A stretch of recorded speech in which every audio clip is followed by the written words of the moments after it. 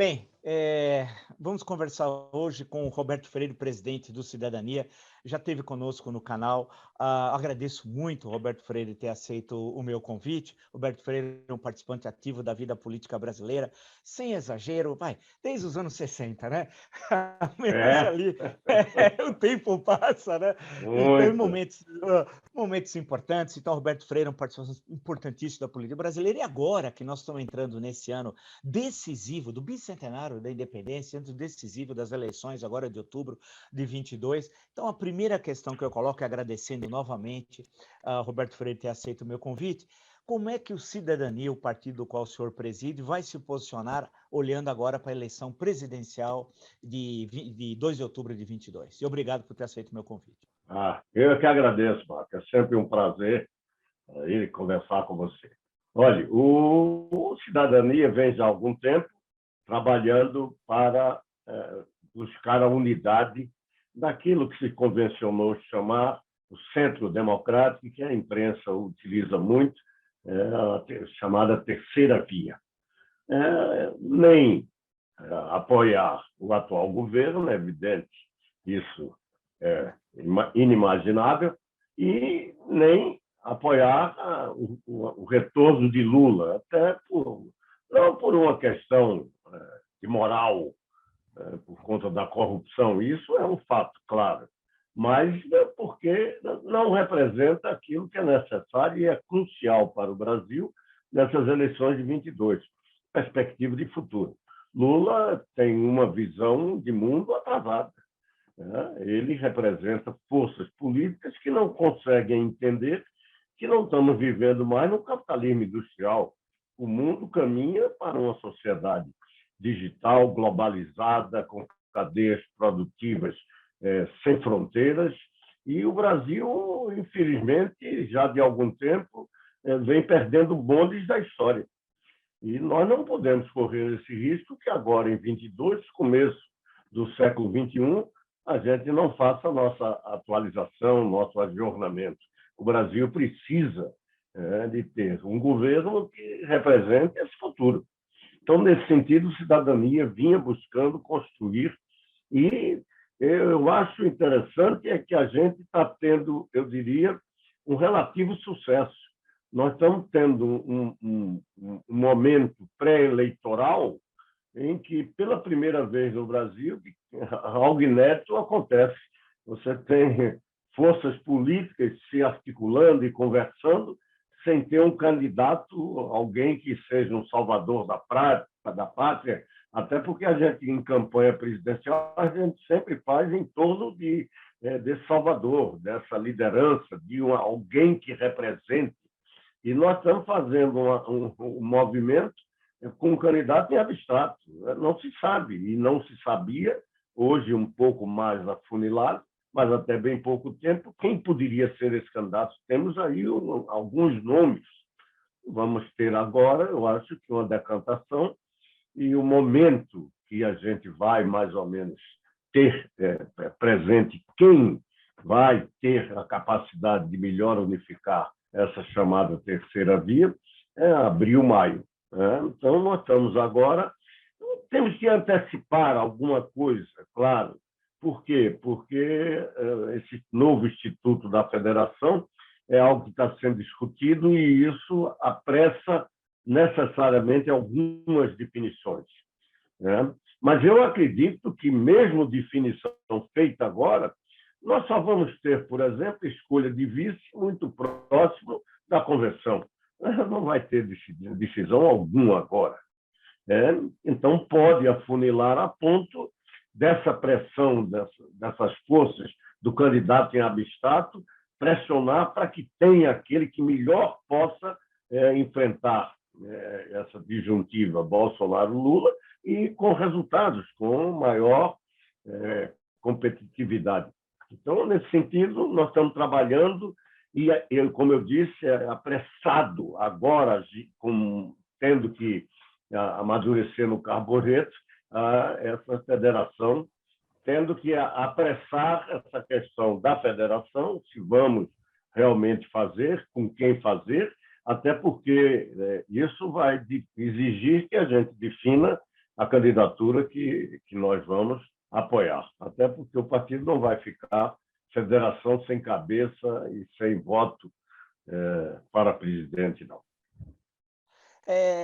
E justamente com isso, eu acho que esse é o grande desafio, né? Porque como a gente vê na imprensa e as análises tal, que eu acho pouco profundas sobre a conjuntura política, isso eu lembro da imprensa.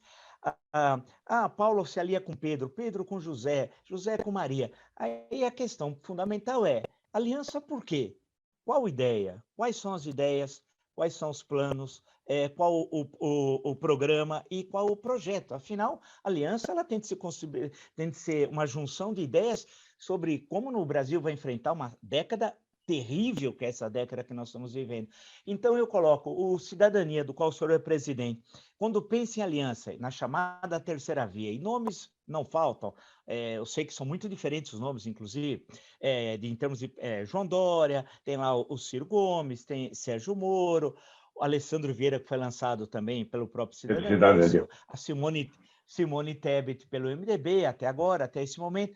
Mas quais seriam os pontos? Não estou dizendo inegociáveis, porque na política não é isso que se coloca. Mas quais são os pontos centrais para a cidadania falar, olha, esse é o nosso candidato? Olha, a primeira coisa é a questão democrática. E eu não diria que é apenas por conta do governo fascista de Bolsonaro, não. É que a questão democrática é algo que também tínhamos preocupação com o governo Lula. Isso não era um governo que tinha uma visão de democracia, ele e muitos dos seus aliados, uma visão de democracia com valor universal. Não, aquilo ali era mera tática, para muitos é uma questão da burguesia, e continuam pensando nessa contradição burguesia-proletariado no mundo que cada vez mais vê desaparecer essas figuras, forças políticas e econômicas. Né? Essa primeira questão. Uma segunda questão é entender que nós precisamos atualizar nossas concepções. O mundo mudou e mudou muito. Né? Nós mesmos, como mudamos de denominação, não porque o nome não nos interessava mais, porque o nosso símbolo era um símbolo que tínhamos que deixar para trás, não. Eu participei daquilo com muita honra, não sei nada de renegar esse passado, nada. Aquela mudança foi porque fomos derrotados pela história. Pura e simplesmente não cabíamos mais numa perspectiva futura. Nós, por isso mesmo, pouco antes do fim da União Soviética, foi por essa época, 25 de dezembro, lá em 89, naquele momento já éramos considerados os gorbachovianos. Por quê? Porque precisava de uma reforma perestroika, glasnost, como uma perspectiva democrática, porque estávamos vendo que aquilo era o fim. Aquilo não tinha futuro. Como não tem futuro, você está imaginando que experiência cubana, venezuelana, isso não tem sentido algum. Isso é extertor da história. É apenas um momento, vai ter uma passagem, ultrapassagem até. Bom, nesse sentido, é fazer, e junto com outras forças, a leitura do que é que significa, por exemplo, esse mundo globalizado e a economia brasileira nesse mundo. Né?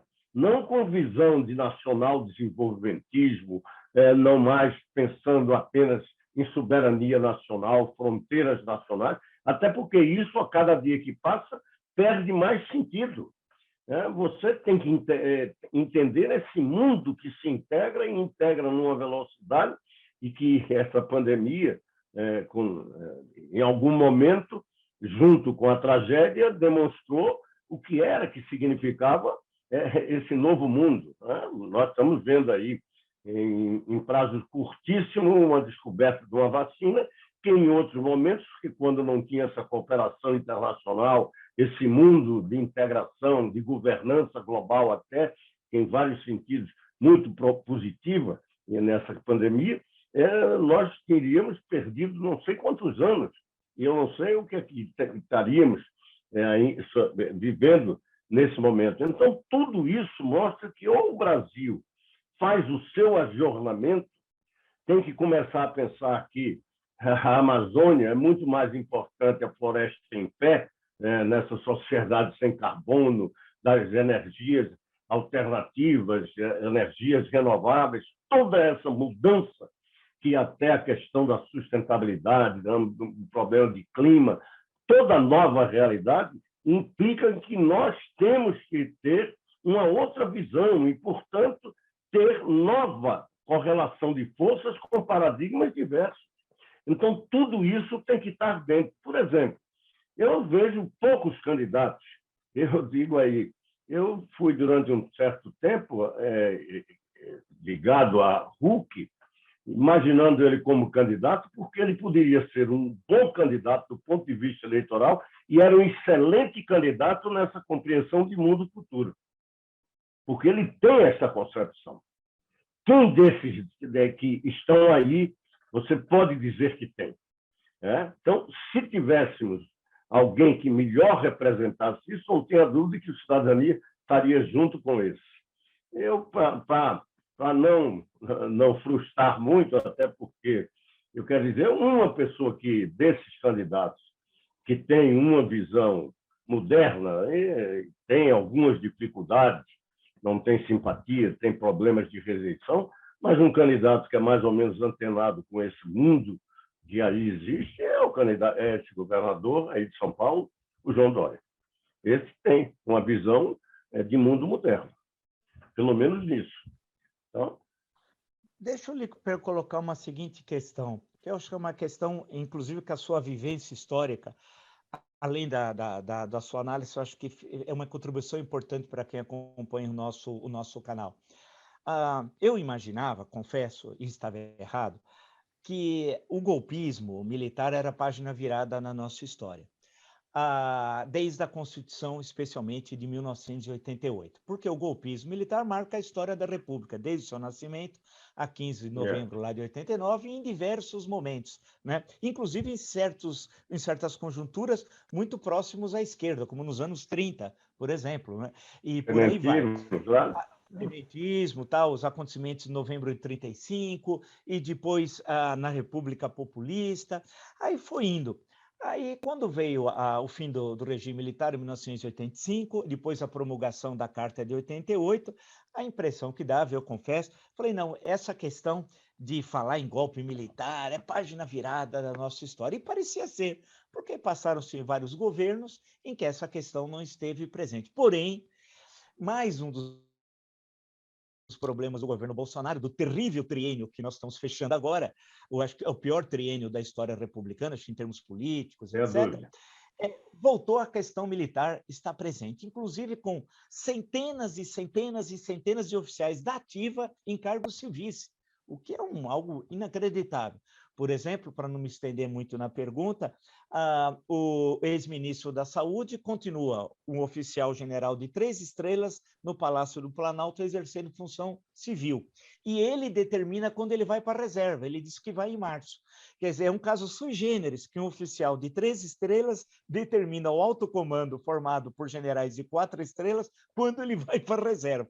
Isso deixa a gente muito preocupado, os acontecimentos de 7 de setembro, aquela história AI-5 e tal. Eu pergunto, os militares vão ter de voltar para os quartéis, afinal, são só e cumprir suas funções constitucionais. Como é que o senhor e o Cidadania vê a questão militar no Brasil hoje? Olha, é uma das coisas que, nesse novo mundo que a gente vive, eu diria que é até algo maior profundidade. Da obsolescência das nossas Forças Armadas.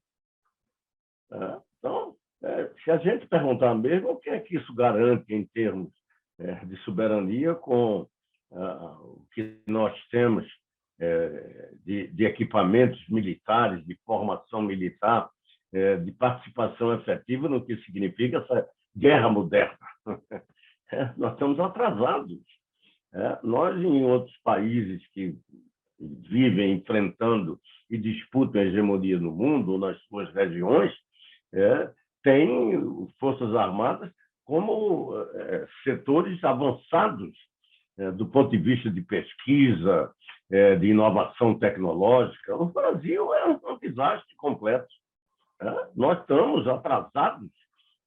Então, e o pior, quer dizer, você está construindo umas forças armadas que derivarem para um processo de atuação firme na política pode ser algo muito atraente, né?